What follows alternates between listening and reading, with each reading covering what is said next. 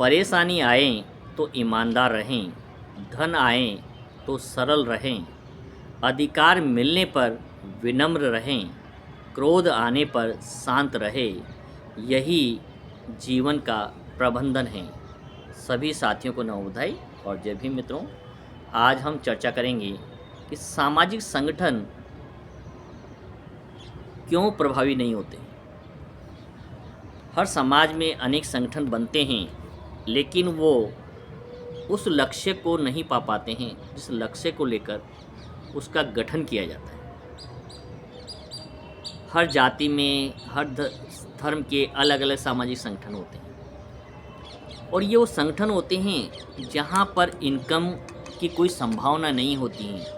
आदमी को अपना सर्वस्व न्यौछावर करना होता है, व्यक्ति को अपना अमूल्य समय देना होता है, समाज को अपने जेब से पैसा खर्च करना होता है। कहीं आने जाने का खर्च है, दोस्तों के साथ बैठने का खर्च है, चाहे नाश्ते का खर्च है, या कहीं भी यात्राएं करनी होती समूह में, वो सब खर्च हैं। उसके बावजूद भी समाज के ताने उन्हीं लोगों को सुनने पड़ते हैं, और समाज पे सबसे ज़्यादा प्रश्न वो व्यक्ति करता है जिसने अपनी जेब से कभी 1 रुपया नहीं दिया। वो सबसे पहले उस सामाजिक संगठनों से आय व्यय का हिसाब मांगने आता है, और जिस व्यक्ति को ऐसे लोगों पर क्रोध आने लग जाए वो कभी भी समाज के अंदर सफल नहीं हो सकता है। सामाजिक कार्य को करने के लिए बहुत ही धैर्य चाहिए, सहनशीलता चाहिए। यदि आपकी सरलता नहीं है, सौम्यता नहीं है, वाणी में मिठास नहीं है, तो समाज आपके अंदर आप ज़्यादा लंबे समय तक नहीं चल सकते। सबसे बड़ी विडंबना यह है कि समाज का नेतृत्व, कोई भी समाज रहा हो या कोई भी समाज हम देखते हैं आसपास, तो समाज का नेतृत्व जो संगठन होते हैं, जो भी छोटे छोटे संगठन बनाए जाए, जिला स्तरीय बनाए, संभाग स्तरीय बनाए, या जाति विशेष का किसी धर्मशाला का बनाए, किसी सोसाइटी बनाकर उसका अध्यक्ष बनाए, तो ये बागडोर सामान्यतः उन लोगों के हाथ में होती हैं जो सेवानिवृत्त हो चुके हैं या जिनकी उम्र 60 से ऊपर हो चुकी है। सरकार ने उन्हें अयोग्य घोषित कर दिए हैं कि अभी इनके अंदर काम करने की क्षमता नहीं है और ये अब काम करने के लायक नहीं है। सरकार के उन लोगों को उनकी अध्यक्षता दे दी जाती है। किन्हीं लोगों को बुरा भी लग सकता है, लेकिन ये वास्तविकता सत्य है। और वो भी वो लोग होते हैं जो कि जब तक उस सेवाओं में थे तब तक उन्होंने समाज को आकर नहीं देखा, तब तक समाज के प्लेटफॉर्म पर नहीं बैठे, समाज से उन्हें नफरत थी, एक घिन थी, वो दूर से देखा करते थे। लेकिन जैसे ही वो पद से हटते हैं तो उनका महिमा मंडल करने वाले जब कोई नहीं बचते हैं तो समाज के अंदर आकर के वो नेता बन जाते हैं। अब जिस आदमी की क्षमता ही 60 साल से ऊपर एज होने के कारण क्षमता ही खत्म हो चुकी है, जिसने सरकार ने ही उसको नकार दिया है, और उस व्यक्ति को हम अपने समाज का नेतृत्व दे देते हैं और उसको अध्यक्षता बना देते हैं और कहते हैं अब ये काम करेंगे, जबकि उन्होंने यदि शुरू से काम किया होता तो परिपक्व होते, और कभी समाज के अंदर बैठे तो लोग उनसे जुड़े भी हुए होते हैं निश्चित रूप से। लेकिन ऐसा नहीं है।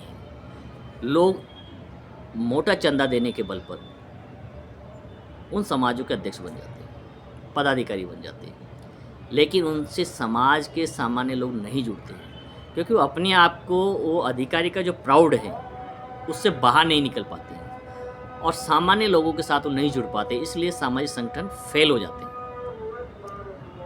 क्योंकि उनके पास जो एटीट्यूड इस प्रकार का होता है कि वो एक बड़े अधिकारी हैं और नीचे के जो लोग हैं समाज के, वो सब उनके कलिंग से नीचे हैं, इसलिए उन्हें उनकी बात माननी पड़ेगी। मैं तो समाज का नेतृत्व हमेशा युवा वर्ग के हाथ में होना चाहिए, जो चाहे राज्य की सेवा में हो और अच्छी बात है, लेकिन नई पीढ़ी के हाथ में यदि हम समाज की बागडोर देते हैं, नए नौजवानों को यदि उसका हिस्सा बनाते हैं, तो निश्चित रूप से समाज का वो संगठन बहुत तेज़ी से आगे बढ़ता है और विकास करता है। लेकिन ऐसा कई लोग नहीं चाहते हैं कि उनके होते हुए किसी छोटे व्यक्ति को या उनसे कम उम्र के व्यक्ति को ऐसी महत्वपूर्ण जिम्मेदारी पर बिठाया जाए। तो एक दो तरह के गुट बन जाते हैं। कुछ लोग अपने आप को क्लास 1 ऑफिसर मानने लगते हैं। वो कहते हैं नहीं, हम तो क्लास 1 ऑफिसर हैं, समाज से ऊंचे हैं, और हमारा अलग से पद होना चाहिए और अलग से सम्मान होना चाहिए। और सामान्य लोगों को तो वो इतनी हीन दृष्टि से देखते हैं कि वो मानते ही नहीं कि समाज का एक हिस्सा है। जब पैसा कलेक्शन की बात आती है तो वहाँ भी वो द्वेष आते हैं। केवल उसी व्यक्ति के पास पहुँचा जाता है जहाँ से बड़ी रकम मिलने की संभावना होती है।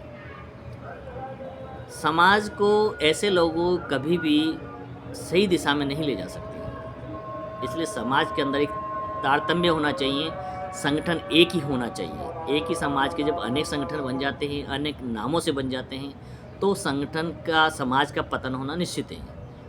हम देखते हैं एक ही समाज के कई जिलाध्यक्ष बन जाते हैं और कई प्रदेश अध्यक्ष बन जाते हैं, कई राष्ट्रीय अध्यक्ष बन जाते हैं। जिन लोगों को पुराने संगठन में पुराने संगठन के अंदर तवज्जो नहीं मिल पाती है, स्थान नहीं मिल पाता है, वो अपना एक नया संगठन बना लेते हैं और वो उसके मठाधीश बन जाते हैं, अध्यक्ष बन जाते हैं, महामंत्री बन जाते हैं और एक नया संगठन चलाते हैं और समाज को विभाजित करने का काम करते हैं। जो भी लोग समाज के इस प्रकार से अलग अलग संगठन बनाते हैं वो पूरी तरह से समाज के दुश्मन हैं। न उन लोगों का सहयोग किया जाना चाहिए, न उनके साथ उठा जाना चाहिए, क्योंकि इन सब संगठनों का कर्तव्य कार्य यही है, समाज को ऊंचाई की ओर ले जाए, नई दिशा दिखाएं, नई सोच तैयार करें और जो अंधकार, अंधविश्वास जो फैला हुआ है उससे बाहर लाएं। जो अमूल्य धरोहर हैं समाज की उसे संभालें। लेकिन जब ये संगठन ही आपस में एक दूसरे से विरोधाभास उत्पन्न कर लेते हैं, टकराव पैदा कर लेते हैं, तो निश्चित रूप से समाज के गर्त में जाने की संभावना बनी रहती है और ऐसा कई दिनों से हम देख रहे हैं। नाम एक ही हैं, संगठन अनेक हैं, अनेक पदाधिकारी बन जाते हैं और हर संगठन अपने आप को मूल संगठन कहता है, मेन बॉडी कहता है। अब ये न जाने उनके दिमाग में कहाँ से शब्द आया कि मेन बॉडी वही है, बाकी के तो सब बेकार है। तो मित्रों, जो भी समाज के संगठन को चलाते हैं उनसे करबद्ध निवेदन है कि अपने अहंकार को छोड़ें और अच्छे लोगों को जोड़ें। और जब तक आप सब एक मंच पर नहीं आ सकते हैं, नहीं आएंगे, तब तक समाज को सही दिशा की ओर ले जाना असंभव है, बहुत कठिन है। त्याग चाहिए, समाज हमेशा त्याग चाहता है, समर्पण चाहता है। पद, प्रतिष्ठा और सम्मान की भूख यदि हमारे अंदर हैं तो हम समाज का कभी भी भला नहीं कर सकते, समाज के लिए अच्छा काम हम नहीं कर सकते। यही हमारा विचार है और इसी पर यदि आप चलेंगे तो निश्चित रूप से समाज में क्रांति हो सकती है और उसे लाने का कर्तव्य उन नौजवान लोगों पर है, उन पदाधिकारियों पर है जो संगठन को के लिए नियुक्त किए गए हैं, उनका निर्वाचन किया गया है, नियुक्त किया गया उन्हें। तो निश्चित रूप से कुछ संगठन बनना तो आसान है, लेकिन संगठन का जिंदा होता हुआ दिखाई देना भी ज़रूरी है। कई लोग ऐसे पदाधिकारी होते हैं जो अध्यक्ष भी बन जाते हैं, कार्यकारिणी बना लेते हैं, लेकिन उनकी सारी मीटिंग्स एक कमरे के अंदर से समाप्त हो जाती है। कमरे के अंदर दो लोग इकट्ठे हो जाते हैं, फ़ोटो खींचते हैं और फेसबुक पर, यूट्यूब पर डाल देते हैं और वो इतिश्री हो जाती है। हमने इसी शहर के अंदर, अपने शहर के अंदर कई ऐसे संगठन देखे हैं जिनकी कार्यकारिणी भी बनी हुई, नाम भी मनोनीत हैं, सब कुछ तय है, लेकिन उनको पिछले कई सालों से 4 से 5 साल हो चुके हैं, कभी कहीं कोई मीटिंग करते हुए, कहीं कोई कार्यक्रम को अंजाम देते हुए नहीं देखा। और नाम के वो मठाधीश बने हुए हैं, पदाधिकारी बने हुए हैं। जब कहीं जाते हैं तो अपने गले में बिल्ला लटका के जाते हैं कि वो इस समाज के मठाधीश हैं। तो ऐसी सोच को हमें बदलना होगा। आपकी पहचान आपके काम से होनी चाहिए, आपकी वाणी से होनी चाहिए, आपके विचारों से होनी चाहिए। यही समाज के लिए सच्ची सेवा है। यदि हम कर सकें तो सही दिशा में नई ऊर्जा के साथ, नई सोच के साथ समाज को आगे ले जाने का प्रयास करें। सभी को नमो बुद्धाय।